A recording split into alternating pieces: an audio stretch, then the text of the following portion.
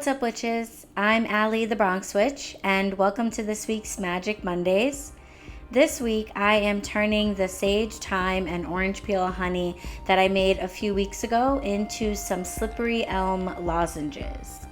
All you need to make these slippery elm lozenges is some honey and some slippery elm bark powder. But you might also find it useful to have a bowl, a spatula, and a cookie sheet with some parchment paper. I'm calling them lozenges because I have the humor of a 5-year-old, and it is very difficult for me to say slippery elm balls without laughing. And calling them slippery elm cough drops just doesn't do them justice because they do a lot more than just alleviate coughs and respiratory issues. So if you're wondering why my honey is a sage, thyme, and orange peel honey, definitely go back in my feed to see the Magic Monday video where we made this honey together. But basically, I wanted to up the medicinal value of this honey, so I infused it with some herbs that are great for your immune system, that help with coughs, and that fight off colds. I just want to make a little for my husband and I to keep in the house for emergencies, and a little goes a long way. So I'm starting off with just a 1/4 cup of honey. You'll notice that my honey is a lot runnier than normal. This is because of the herbs that have been infused into it. A lot of the water that was inside of the herbs has mixed with the honey and made a runnier product. So I definitely want to start out with a small amount because I'm going to need a lot of powder to turn this liquid honey into a dough consistency. In the end, I ended up using about 1.5 ounces by weight of slippery elm bark powder. This process is super easy, but it is a little time intensive. So I decided to make it a little bit of a spiritual moment for myself. Slippery elm bark trees are native to northeastern America. So I decided to play some Native American flute music and light some incense and offer some sacred smoke as a way of saying thank you to the spirits of this plant and to the spirit of the people that cultivated this plant and learned that this tree had all these amazing medicinal properties. I really felt like I was getting in touch with my wise woman ancestry while I was doing this, and it was a great experience for me.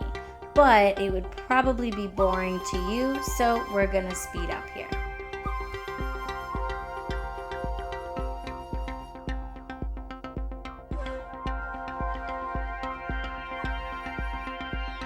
Now that my paste has gotten really sticky, it's really difficult for me to stir it with a spoon. This is a good time to take all of your dough out of the bowl and place it onto a cutting board or a wooden countertop. I'm going to continue adding slippery elm bark powder until the dough is no longer moist and basically just stops sticking to the cutting board. It's important to continue to knead your dough ball and make sure that all of the moist spots in the middle get coated in the powder. This is a perfect time to talk about the slippery elm tree, Ulmus rubra. It's a deciduous tree that grows in northeastern Atlantic parts of America. Slippery elm works in all of the ways that it sounds. It's slippery. It creates a lubricating effect in the body that's helpful for all sorts of ailments. The inner bark of the tree is slimy and mucus-like, very similar to aloe vera. And the mucousy compounds in the bark really come out when it comes into contact with water. So it's great to make a slippery elm bark tea, a topical poultice, a salve, or any other type of application that is moist in nature. And to me, it's really easy to remember all of the things that slippery elm is good for in the body, because you can just imagine it moving through your body and adding lubrication to parts of your body that need it. So as slippery elm comes into contact with your throat, it's going to help to soothe coughs and sore throats, bronchitis, and symptoms associated with tuberculosis. As it reaches your throat and your heart, it offers relief from heartburn by coating the esophagus and helping to ease irritation. It's helpful for digestive issues such as Crohn's disease, leaky gut, or colic in babies because it creates a nice lubrication to the digestive wall to help minimize the pain from those ailments. Slippery elm will add lubrication to the cartilage between the joints and can provide relief for osteoporosis and arthritis, and it can be really soothing to skin irritations when applied topically. Just add the powder to some warm water and let it cool and apply that gel-like substance directly to the skin. And if you're interested in working with slippery elm bark magically, it's really useful for instances of gossip. It basically helps to quiet a slippery tongue.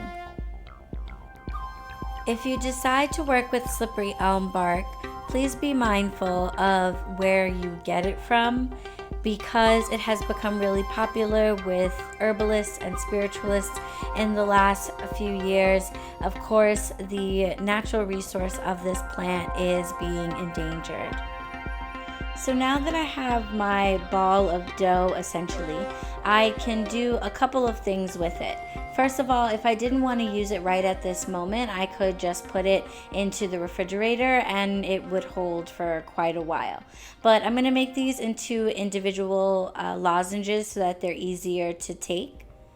To do that, I'm just going to rip small pieces off of this larger ball and try to make them about the same size. Once I'm done, I'll roll it around in the powder that's on my cutting board just for a final coating, and I'll just keep going. You can make your lozenges in a number of ways. I was inspired to do this by April Graham. She has an account on Instagram called She Is of the Woods, and she recently showed everyone how to make these. So the way she does it is she actually flattens out the dough and with like a pizza cutter or something sharp, cuts the flattened dough into squares. She says that the flat squares are really convenient for just resting on your tongue when you want to take one. And I like that idea, but I like the ball idea better. So I'm going with that, but you can do this in a number of ways. All in all, I use a 1/4 cup of honey and 1.5 ounces of slippery elm bark powder, and I got about 20 lozenges. So you can do the math up or down if you want to make more or less than that. And remember, my honey was extra runny because it was herb infused. A thicker honey may not need as much powder. Now that I'm done, I'm going to transfer these lozenges to a cookie sheet with parchment paper. And I'm going to put these into my oven for the next 3 or 4 days. I have a gas oven, so the pilot light is always burning, and that keeps the oven between 150 and 175 degrees at all times. If you don't have a gas oven, then you could put this into an electric oven for a few days by putting it on its lowest setting. Once they're done dehydrating, I will probably wrap them up individually in squares of this parchment paper and store them in a brown paper bag in the freezer. So thanks for tuning in while I made my slippery elm bark lozenges. I really hope you found this video helpful or that you just liked it. If you make slippery elm bark lozenges, post them on Instagram with the hashtag Magick Mondays and I will check them out. Until the next video, blessed be.